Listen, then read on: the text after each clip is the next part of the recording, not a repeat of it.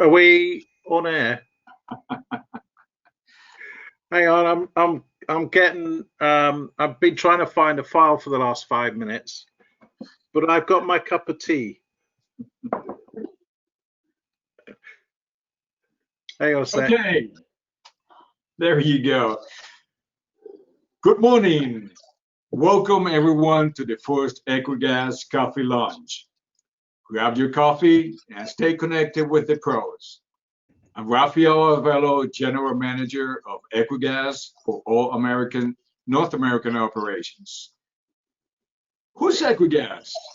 EQUIGAS is a cryogenic gas equipment distributor for the Americas.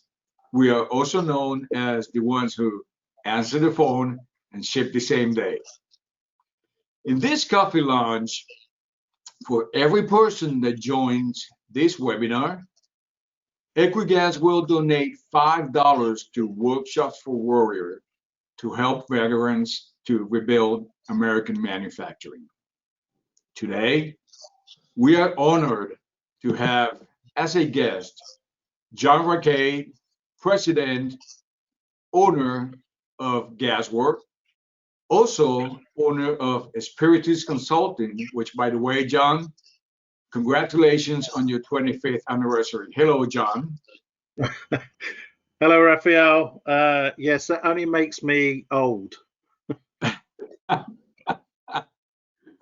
Today, we are also honored to have as a guest Abydee Butler, President, COO, and owner of Butler Gas, and also President of GAWDA.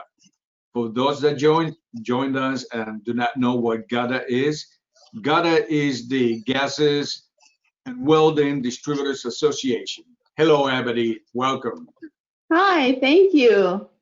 Good morning, my time, Rafael and John. Yes. Good afternoon, John, to you. Yes, good afternoon. And I'm afraid, I know it's your coffee morning, but I've got tea. There you go. So today, we're going to be talking about 4 topics over coffee. Each topic really deserves like an hour, but we're just going to take a little, overview and maybe dedicate about 10 minutes. And then at the end, we'll have about 10 minutes for Q&A. So the gas industry has been seriously affected by 2 main factors. Oil first, oil price, and then boom, COVID-19. So what's new? How's this market reacting now? So we're gonna always start with ladies first. Abydee. Well, what we're seeing, our business, Rafael, as you know, because we appreciate everything that EQUIGAS does for Butler Gas in Pittsburgh, so thank you very much. What we're noticing, obviously oil prices are dropping like a rock. We've seen our fuel expenses down about 25%. Of course, during the shutdown, our business was open as a life-sustaining essential business through our medical gas supply. So of course, we were open, but not all of our customers were open. So we did see a drastic reduction in orders and in business in April and in May. We're sure happy it's June. So much of that, fuel expense reduction, of course, could be contributed to fewer trucks on the road, fewer deliveries. However, oil prices are dropping, and without oil, there's little ethanol, and without ethanol, there's little CO2, and it's really a cascading event from there. John, back to you. What do you think? What's new right now? How is the market reacting? Well, you pointed out two main things. One is obviously the energy side, and the second is COVID, right? If we talk about the energy side, and I appreciate you probably mainly got distributors as your audience today, like Abydee and Butler Gas and so on. So clearly, Abydee's explained, which all the distributors are probably experiencing, that they have got lower actual transport costs thanks to the decline in the diesel and gasoline side of things. The interesting thing is, of course, we analyze the whole of the gas business, so that includes the big tonnage end. And whilst the distributors are probably seeing the benefit of lower transport costs and so on, they may even see, although it may not have filtered through yet, you may even see some slightly lower wholesale purchase prices of LOX, and LAR, because of course the energy sector is also lower costed, right? Overall, it's not just diesel and fuel, but obviously the likes of producing hydrogen, even oxygen and nitrogen, it will have an impact on the energy pass through and so on. So technically, whether you're seeing it in the marketplace, I haven't seen LOX, and LAR prices go down over the last 3 or 4 months. That's somewhat, Abydee, you're shaking your head. You haven't seen them, but what we would be seeing is, particularly at the big tonnage end, for the likes of hydrogen, the pass-through that you've seen in terms of natural gas pricing and so on, that would have an impact on the major tier 1 gas companies, that their revenues would have been reduced because they have to pass on the energy change through to the customer base at the tonnage end. The question is, does that hit the mid-range, which is in LOX, and LAR, right? Okay. Now, there's a sort of an impact of what's going on, and I guess we'll sort of address the COVID impact so far. But the problem with the likes of argon's in actually tight supply if things were in the normal situation. And argon is very much linked to oxygen production, and a lot of the oxygen production is either linked to the big steel works or the big petrochemical works. So there's this kind of like snowball effect that if those industries are impacted, the amount of oxygen consumed is less, so the amount of argon available to the market is less. So I'm not necessarily saying that everybody should be seeing a reduction in their LOX, and LAR side of things, because actually it really depends on where these products are linked to, and are they linked to big tonnage contracts. We did see a spike from many distributors in the beginning of March of trying to switch many of their assets and transport to oxygen, to keep with the demand from healthcare and hospitals. Did you see some of that demand as well, Abydee and Butler Gas? We definitely did. Our medical facility customers have been busier. We've also had a lot of communication with them for confirmation of cylinder decontamination and properly following the CGA P83, making sure those cylinders are being returned to us, free of any potentially infectious materials.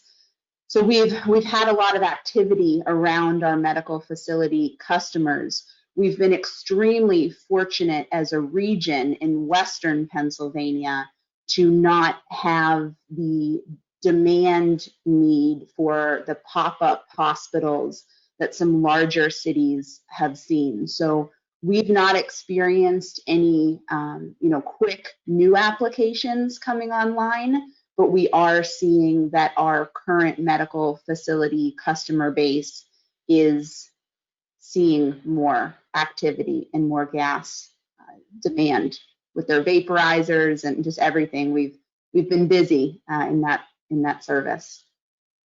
March, April for us, we had to create some kind of conversion kit for trailers from nitrogen to oxygen to facilitate some of the gas distributors, to keep up with the demand, oxygen demand. Has acquisitions been affected during this time? John, what have you seen on your side? Well, that's an interesting question. I think I'll be honest. There are companies out there that have private equity companies and venture capital that have got a lot of money around, and what with the stock markets being all over the place, I don't know. I know I know from myself that I've been approached, right, whether I'm interested in selling my business, and I've said no, right? But there are so many opportunists out there because there's actual cash around available.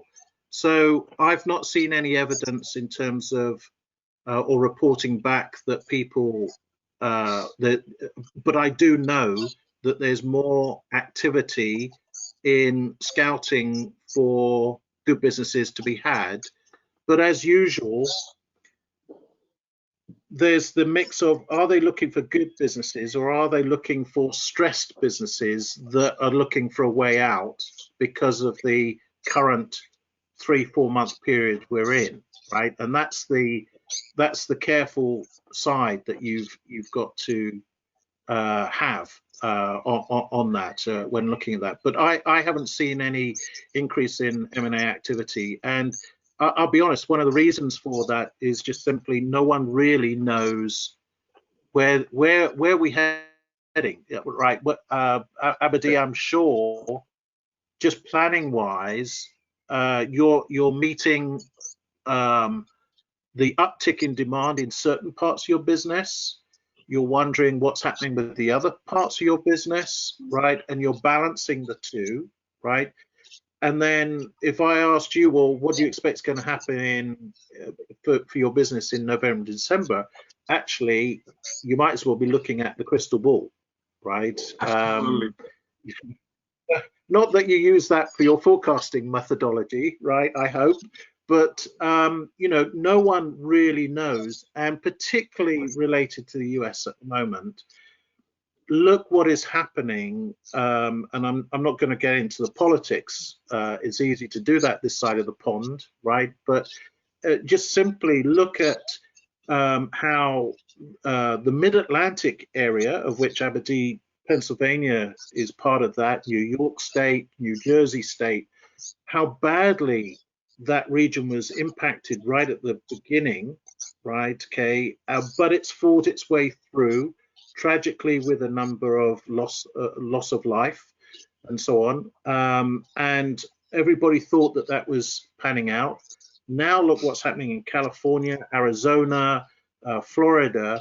It's different pockets, and it's I mean, the United States is a big place, right? A big country, right? And it's got a big population, and yet there are distances in between, right? You've got to travel far to get to Indianapolis, right? Well, maybe the virus has that same issue of transferring, and that there's a delayed onset there. So planning what a business is going to be looking like, the only blessing is a company like Butler Gas, based in Pennsylvania, mainly in one area, you're able to control that better than if you are a pan or regional company like the likes of Nexair or Roberts Oxygen or Norcos of this world, where they cross many state borders and so on, and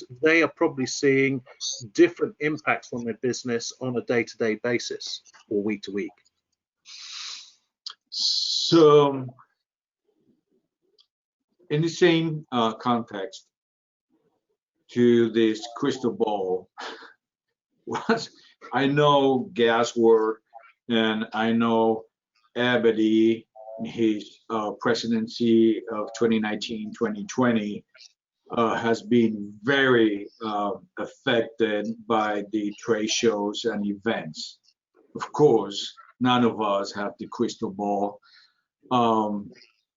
And John, we talked the other day how Gasworld has been affected, because Gasworld does, I don't know how many trade shows a year everywhere in the world. 4 or 5, yeah.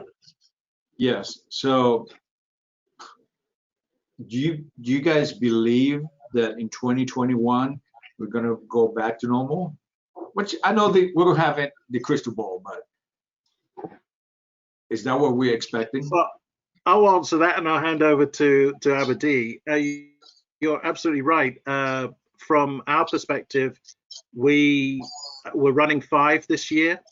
We've actually postponed all 5 now, right?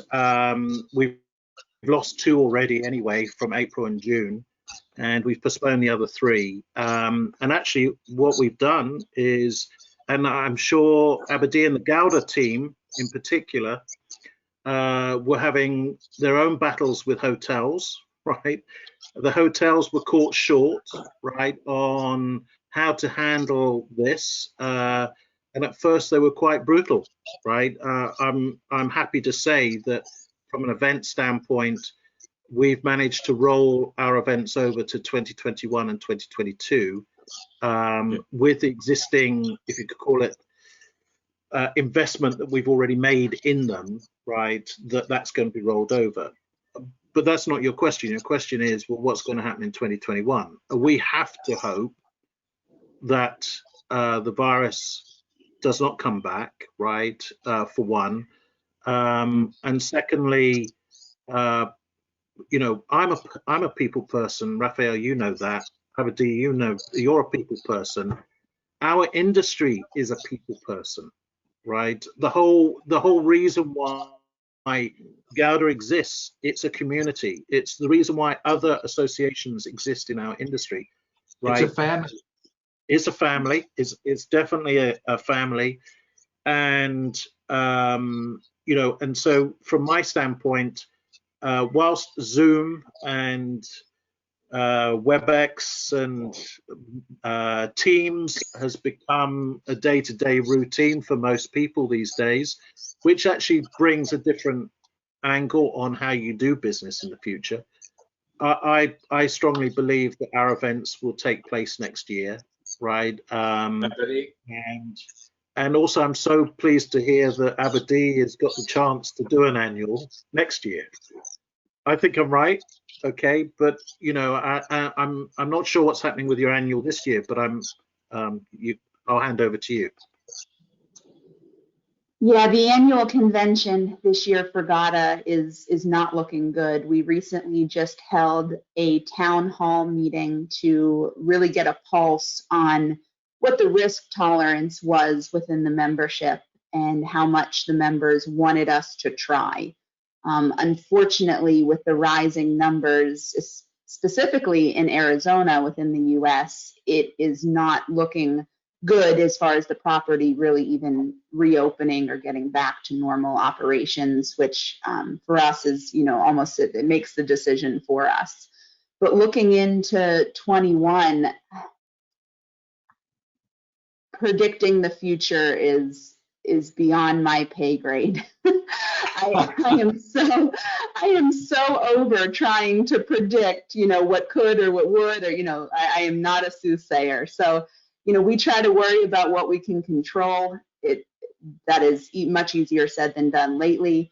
But we are moving forward to plan events in 21. We believe strongly that the industry value is best served when people get together. And we look forward to returning to bringing that value to the membership. Did I mention that I miss you too? We miss you too. So, how can you be in front of the customers if you can't travel? What are they doing? So, thanks to GAWDA Media, they share some results from a poll last week that they sent via email. And one of the questions was, if you are a GAWDA supplier, have you resumed travel to visit customers in person? So 30% they say yes, 58% say no, and 12% they say they never stopped. And of course, for GAWDA distributors, the question was, have you resumed conducting in-person sales calls? And 71% say yes, only 13% say no, and almost 16% they said we never stopped. It makes sense. Gas distributors, they cannot stop. So, Abydee, what's your opinion on these numbers? We personally are in the group that never stopped. Of course, we let our customer dictate how they want to do business with us, including how they want to see us, whether that's in person or virtually. But we are actively doing our best to play offense. We are making sales calls. We have different geographies, of course. We operate in Western Pennsylvania, West Virginia, Ohio, a little bit into New York and Maryland. So different region, different areas have different tolerances and rules and restrictions. So we play by all the rules. But as a whole, we're seeing customers, and we're doing so through pre-scheduled appointments. And we believe our customers are safer and more efficient. If we can make their business better through our presence, we want to be there. We want to be there to help them. That's important to us. Their success is our success. It's very reciprocal. Yep. So initiative to be in front of the customers and to maintain presence in the market. I would like to, John, hear what is Gasworld TV? Okay, right. Okay, well, that's a good one. You'll find out tomorrow when we hold our first official kind of webinar type of thing. But in simple terms, just to go back to something that Abydee and the subject you're mentioning, what I think, I don't know if you would agree with this, and maybe we'll get a couple of questions on it. But for us, okay, our role is we have to reach out to the customers because we're dependent on promotional campaigns, advertising, subscriptions. So we have to be proactive. That's the same thing in the States. We have to be proactive. And I would actually say one key thing that's come out of this over the last 3 or 4 months is the importance of companies answering their phone. Right, and a little bit of a critique of mine of sort of how we've approached over the years the US is voicemail is the #1 answer that you get, right, when you ring people. And do they ring you back when you've left a message? No. And I think what has happened over the last 3 or 4 months, those people that have been very busy, it's a two-way thing that they're communicating. And that's the important thing, that they're communicating. And that those people who answer the phone are the ones that are succeeding and moving forward rather than reliant on voicemail. And I truly believe that, and I hope that distributors, for instance, and knowing their customer, actually the key thing is knowing your customer, that you strike up more of the communication side of it. You can follow it up with Teams and things like that afterwards, but at the end of the day, the telephone is still the #1 avenue, right? Because you have to have that contact, right? So on that note, to give you an idea of the fact that we've been successful, we mentioned about the events business, that we've lost all 5 events this year. Now, that would have an impact on our business, definitely at the top line, revenues, and obviously on the bottom line, profitability. I'm pleased to say that the team, and we've now got 30 people working Gasworld, they have been reaching out and making the calls and communicating, and we're above budget still after, we're just coming to the end of June, but I know that June we'll still be above budget despite the loss of all our events business, right? Which is a tremendous effort. Part of that reason is that a lot of companies, and I think Abydee, I don't think it would be any different, because you've probably had to, in between managing the GAWDA situation and all that kind of stuff, actually be innovative for your company and how you are dealing with your customers and so on.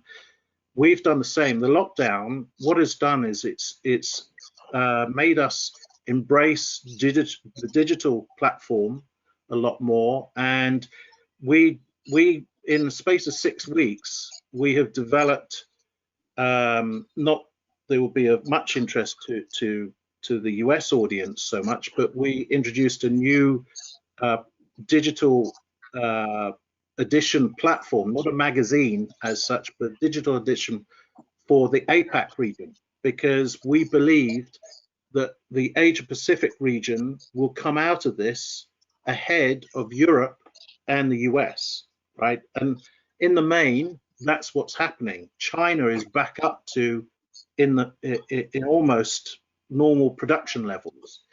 Yes, there are a couple of the rumors of spikes and so on, but they are actually ahead of the game on the recovery process. Europe is really lumbering along, and the US is doing its best to get up and running, but then we have those particular regional issues there. So in order to do that, we launched that, and then we decided to launch, because our office is closed. That's why I'm in the shed, right? Our office is closed. We've actually turned our meeting room into a TV studio, right? We've got green screen. You're sleeping in there. Yeah, yes, yeah. Yeah, I should be, right? But yeah, green screens, and we're actually launching the first webinar through our own platform, not using Zoom or anything, but through our own secure platform.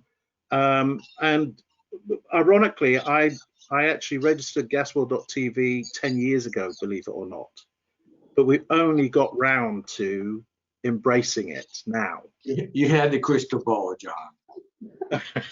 I had the crystal ball. I didn't have anybody to implement it, right?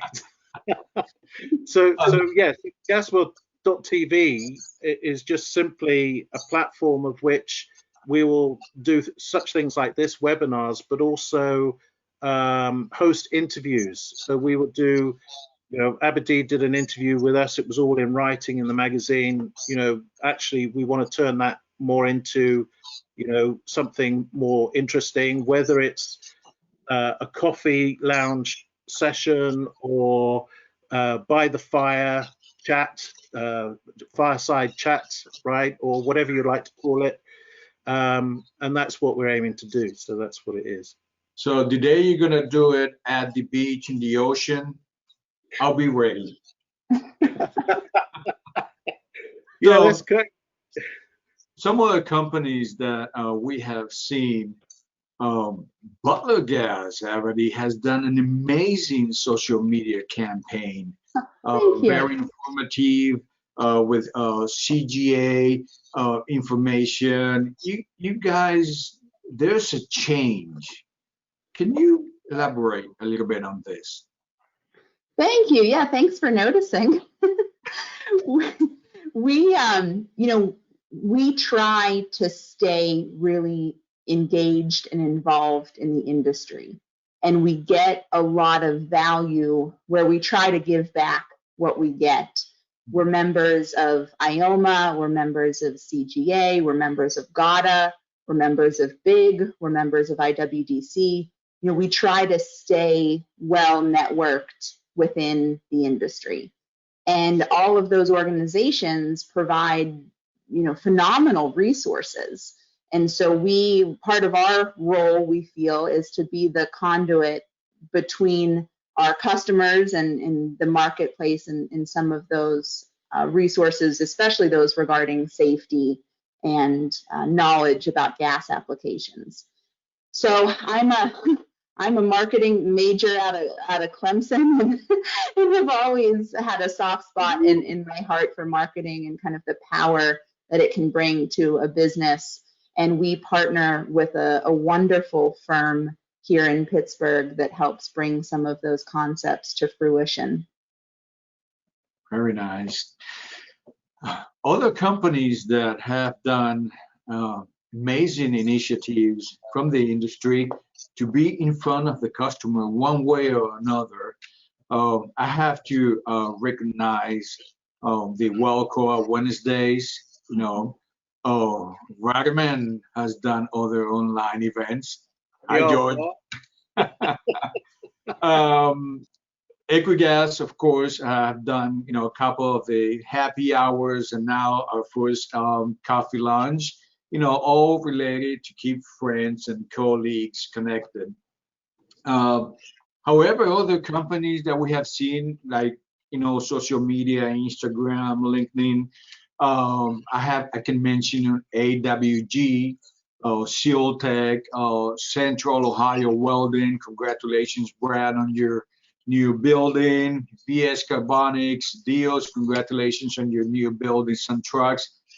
And I see all this in social media. Harris, Volunteer Welding Supply, All Gas, SGA, Smith, Flame Tech, and some of the majors, of course, you know, Lindy, Praxair, Messer, Air Liquide, Air Gas.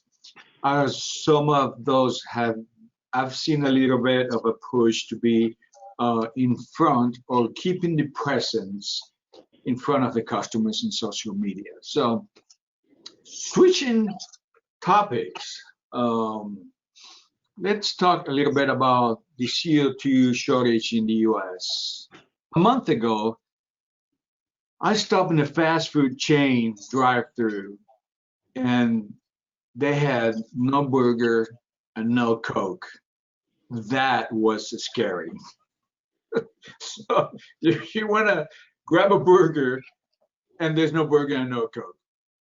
So as many know, CO2 is widely used in the food beverages and the food and beverages market, including the processing, packaging, preservation, and in addition, the food and beverage industry. CO2 is also used in various aspects of the healthcare segment, which now more than ever is playing a critical role. The demand is beginning to rise as the states and businesses start to open. Should we be concerned about this shortage? I'll start with John. Oh, well, yes. Well, first of all, can I say that not that I'm sympathetic, we are sympathetic to what you're going through with the CO2 shortage at the moment.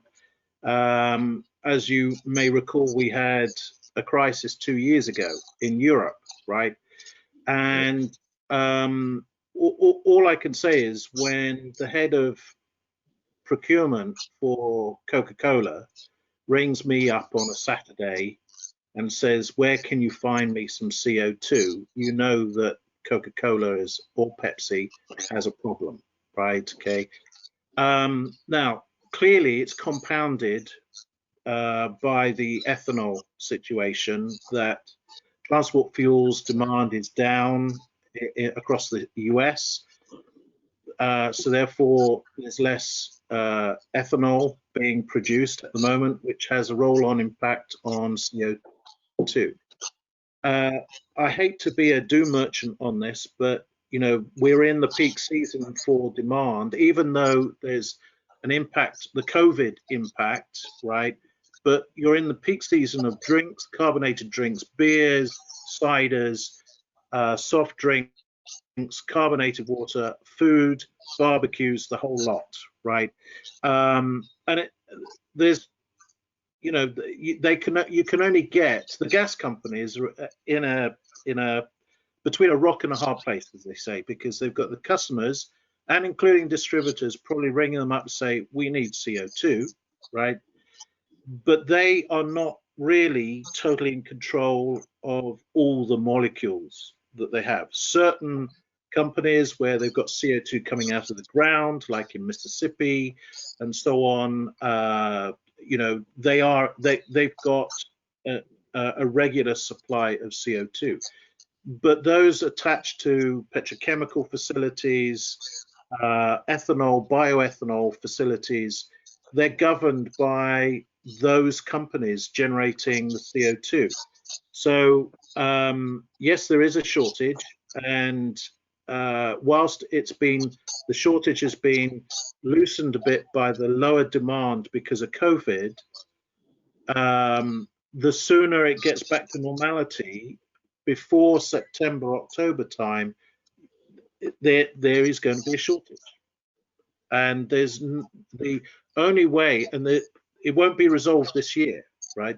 The only way it will be resolved is by further investment in other sources of CO2, right, that can be extracted. I would say, you see, like 20 years ago, I mean, CO2 shortages in the States is nothing new. 20 years ago, the biggest source of CO2 was ammonia plants. And when they started shutting down ammonia plants because they could import ammonia cheaper than manufacturing themselves because natural gas prices were high, right? There was a CO2 shortage then. So the dream was the ethanol, the corn belt, and making ethanol and recovering the CO2 from all the ethanol plants. And that, you would have thought, would have solved the issue, right? It hasn't, right? So the key is a reliable, like 360-day a year source of CO2 has to be sought in order to make sure that there is sufficient demand. And I don't think there's, to answer your question, I don't think there's a way out of the current shortage at this moment in time. Yeah, I do have to agree, unfortunately. Abydee, on your side, how do you feel this CO2 shortage? I've been in your plant. You know, you do. I've seen all the dry ice that you guys move. And how's the CO2 shortage affecting you, if it have effect at all? Yes, it's definitely affected us. We've seen obvious supply restrictions and surcharges throughout the market, and we also pick up, probably what makes us a bit unique over a classic distribution model. We pick up our product, our molecules from multiple source plants. So we are extremely grateful to have very strong supply relationships, multiple with the multinationals. And so we rely on multiple supply sources pretty heavily, which allows us to control our own destiny a bit, even though we are still extremely dependent on those sources. We just have multiple of them. And so that, I think that has helped us versus just sitting and waiting and hoping for product. But we're feeling the pain like everyone else. We are extremely appreciative and well relation to the multinationals, as well as a network of independents. And when independent companies help each other, I think really beautiful things happen with the US network. So we're extremely fortunate to play well with lots of partners. Abydee, can I ask you a question? Because one thing that we experienced over in Europe, and I know that has been a complaint in the US about supply is there are a number of companies and even breweries and bottlers that play the spot market, right? And so they don't have contracts. And so when there's a shortage, guess what? Those on spot contracts or those who don't have contracts are at the bottom of the list. And one piece of advice, if one was offering a piece of advice to distributors, is to make sure that you cover 80% of your normal demand with contracts. Now, some are good, they've got complete contracts, 100% contracts, but I'm sure there are a number that have spot contracts. And, when there is a shortage, tight supply, and the same applies to helium, right, and so on, those without contracts are at the bottom of the list. Is that what you're hearing or seeing, or? I don't have much context to comment other than what I know we experience. And that is on the customer side, it's fairly standard in a bulk application where there's a large asset at place. Those we have agreements. Outside of that, we want our customers to do business with us because we earn it through our behaviors, not through a piece of paper. And then, on upstream, on the supplier side, we have contracts, and we feel that helps really just set expectations on both parties.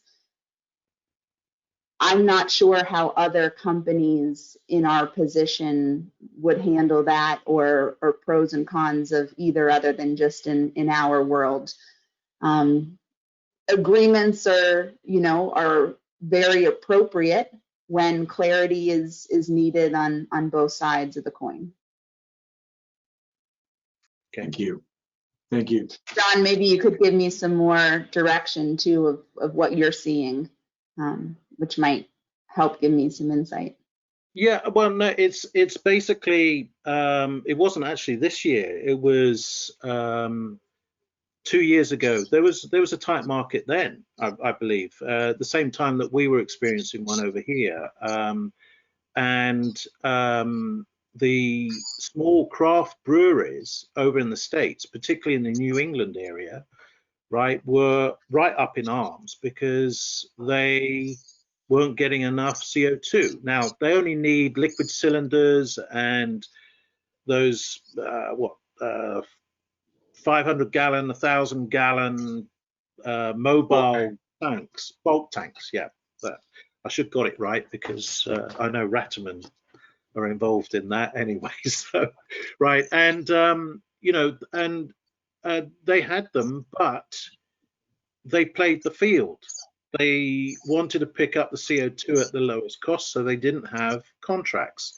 So naturally, when there was a tight market, they were complaining, and it was no different. Either side of the Atlantic, no different.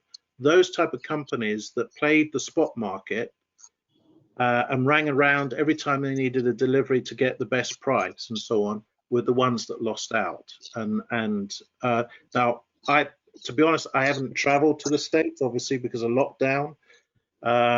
So I don't know exactly whether that's still happening there, but that was a concern 2 years ago. And if there's a tight market because of the ethanol situation, I can only imagine that the same thing's happening again. Yeah, that would make sense. We have some CO2 small bulk customers who own their own assets. And then we have some where we own the bulk assets, and those are under agreement. Where we own the asset that's at the customer location, that would be covered by agreement. But the alternative, and especially among independents where we all own our own assets, it's a relationship, a buying and selling relationship that's on a handshake and a solid understanding of partnership. But we don't have, I guess, as much of that notice where we are regionally. Yeah. Okay. Appreciate the point of view from both of you on the CO2 side. So switching topics, last topic before we finish our first EQUIGAS coffee launch.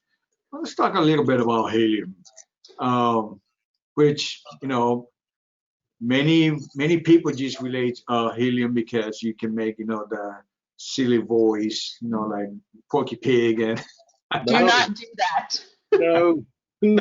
Do not do that. And actually, CGA has a wonderful video of why young people should not do that. Absolutely, absolutely. So, but definitely helium, its highest demand is driven by, you know, the MRI magnets, rocket engines, airbags, mobile phone cards, fiber optic cables, computer chips, welding applications, and now, you know, some medical gases such as helium, which is, you know, by the way, 22% of helium production is used for medical uses. And helix, it's a mix of oxygen and helium for patients that are actually recovering from COVID-19. What's your, John, let's start with you. As I understand, there's only like a dozen places around the world where you can find helium, you know, that produces, I think the demand is about 500 million cubic feet per year, which size of business from $4 to $5 billion. What's going on right now, John? Well, okay, so I was just working out. We're currently worldwide, and then I'll get on to the US. Worldwide, we're seeing it's actually the demand is about 6 billion standard cubic feet, right? 6 billion. And the peak worldwide was 6.4 billion in about 2011, 2012. And that was at the time of when we were entering into what they called the Helium Shortage 2.0, right? Or Helium Shortage 2. So worldwide, there has been a decline of helium. And that's reflected in the United States, believe it or not.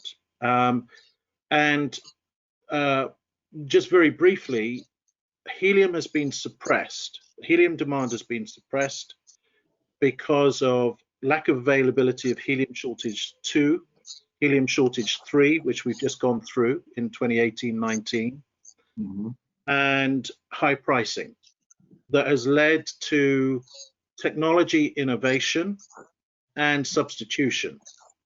So 10, 15 years ago in Abydee, you may have experienced this, that, you know, your welding gases that you used to send out with Butler gas probably was a helium mixture, right? About 15 years ago.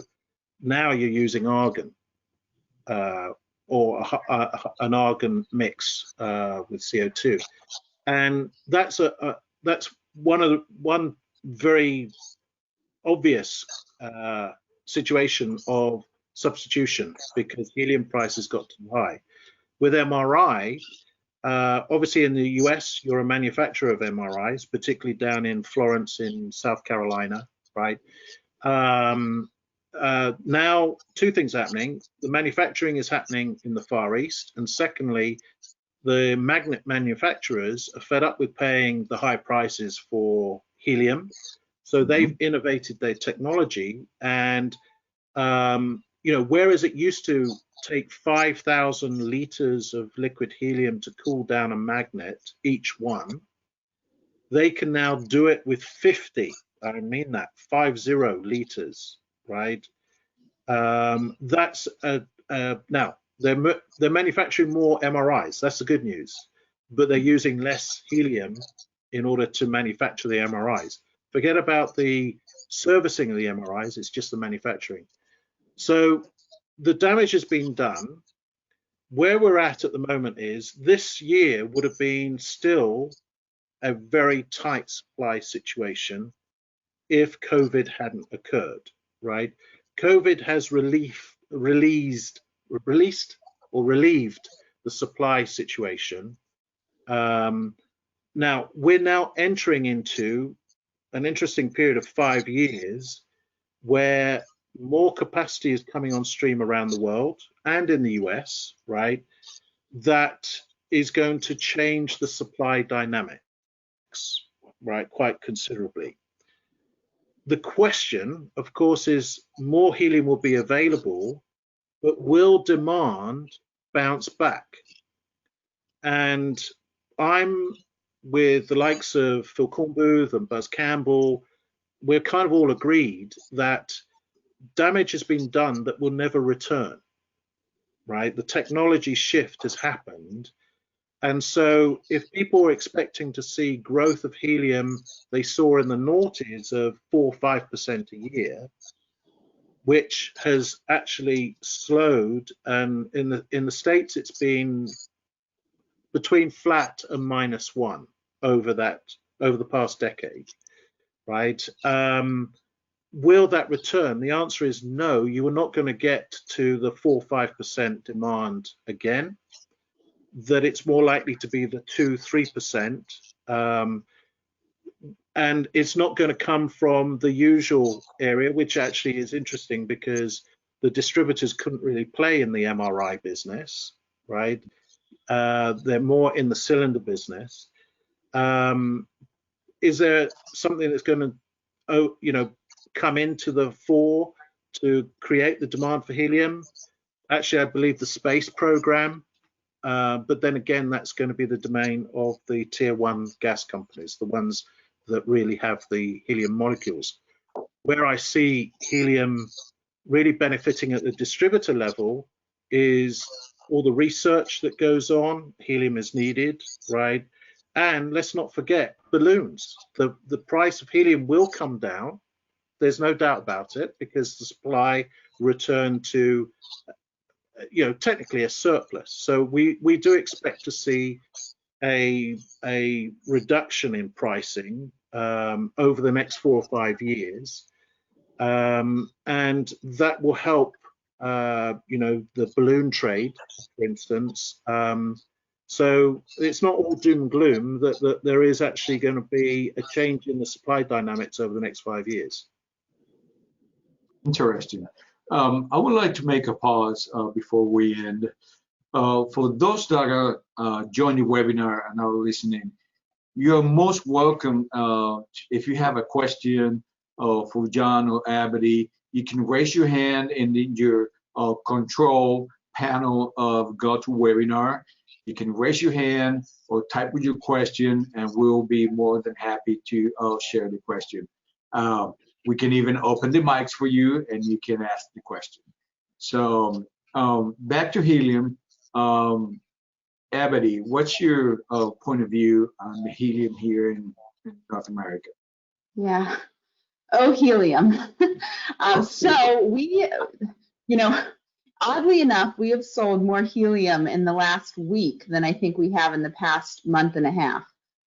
Helium, helium is, we hear it a glut now. It had been at a shortage. The shortage is coming again. Who knows? We don't see our cost going down whatsoever, even though there is a glut.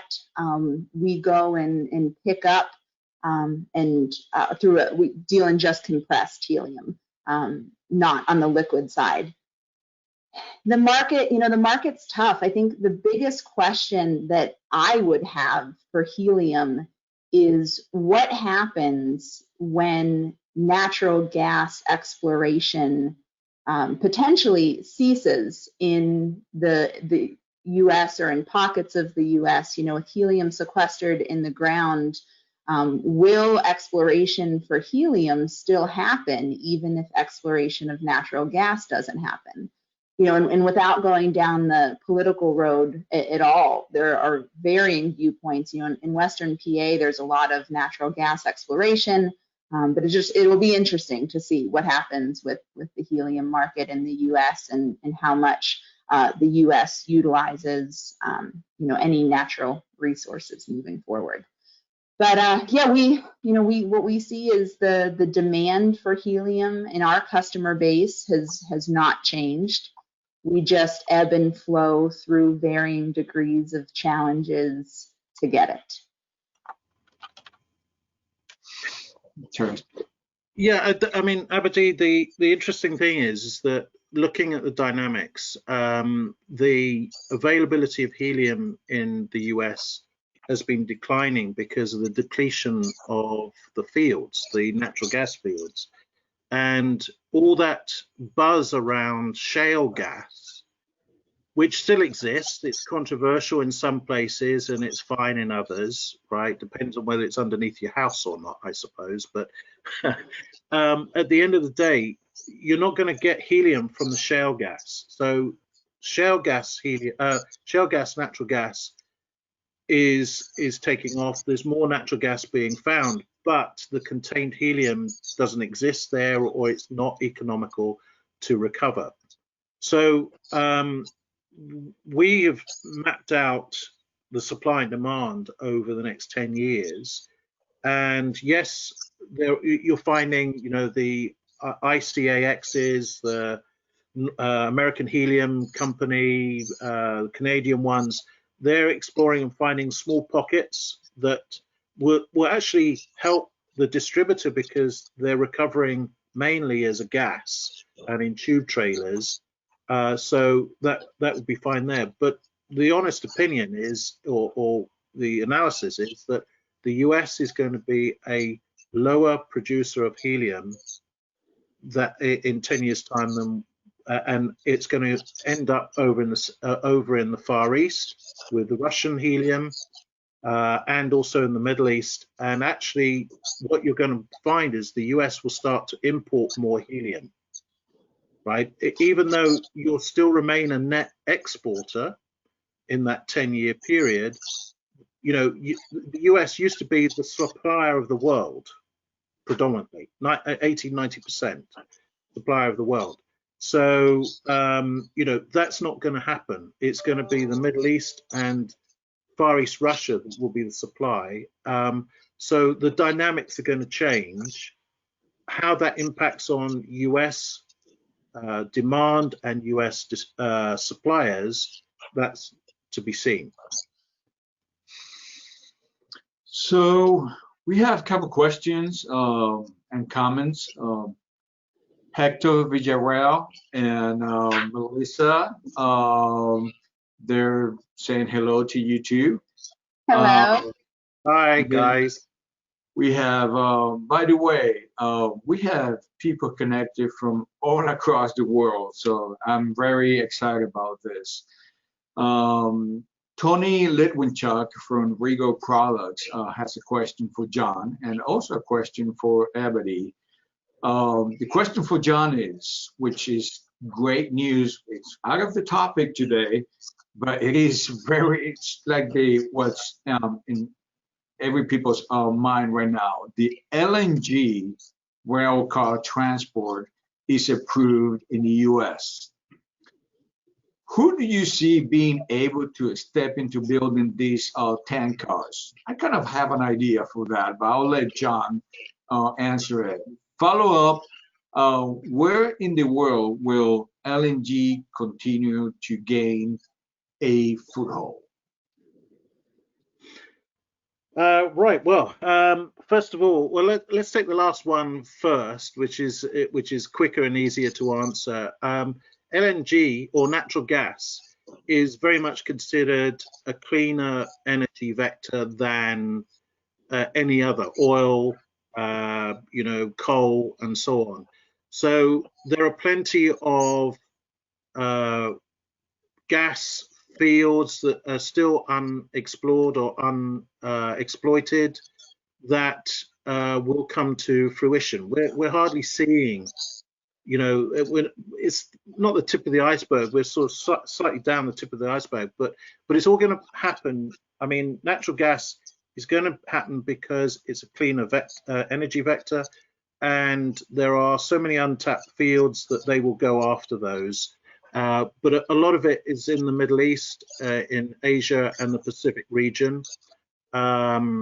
that's one thing. The LNG side, in terms of equipment, that's very interesting because there are, let's put it this way: argon is railed across the United States, CO2 is railed across the United States, and if I'm not right, I think there are examples of LOX and LIN that are railed across the United States. If I'm being asked who will manufacture these rail tankers, I'll be honest, I don't even know who manufactures them now, right? I know all the road tanker manufacturers, and they're all the obvious candidates that you know, the Charts, the Taylor Whartons, the CVAs, I've got to get into trouble now, aren't I? Not remembering them Trinity Industries is one. Yeah, Trinity, ACP, all of those, right? So my guess is that if they will look at the opportunity, right, of railing the LNG around, but who will win on that? I can't really comment at all. Thank you, John.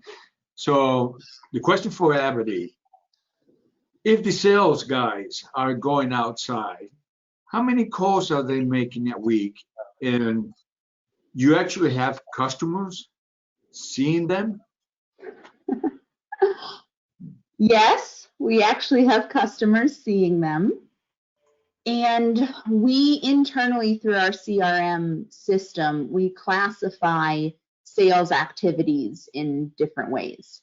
So what we call kind of a qualified visit, that's an in-person planned meeting, discussing whatever topics would be applicable to that stage of our sales process. We're looking for a number of 4 every day, 2 in the morning, 2 in the afternoon is usually the target.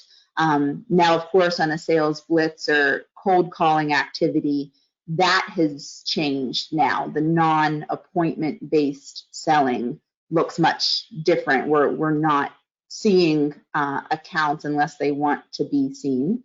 But in different states where we operate, there are different ground rules for that. So I hope that answers the question, Tony, of how many a day. And yes, we have customers who want to see us. One quick question. There are so many tools for CRM right now. Which tools are Butler Gas using? We use Salesforce.com currently. Oh, okay. Fantastic. Well, the time has come. I really, really appreciate the time that you have given to us.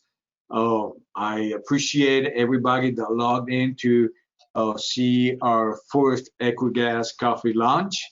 And thank you, Abydee. Thank you, John. Remember, coffee are always better with friends. Somebody take a shot of this beer right now. Thank you so much. And during these difficult times, let's keep faith, work hard, be smart, and be safe. Thank you, everyone. Thanks, Raphael, for organizing it. Thanks, Abydee. Nice to see you. Thanks, everybody. Thank you, John. Thank you, Raphael, very much. All right.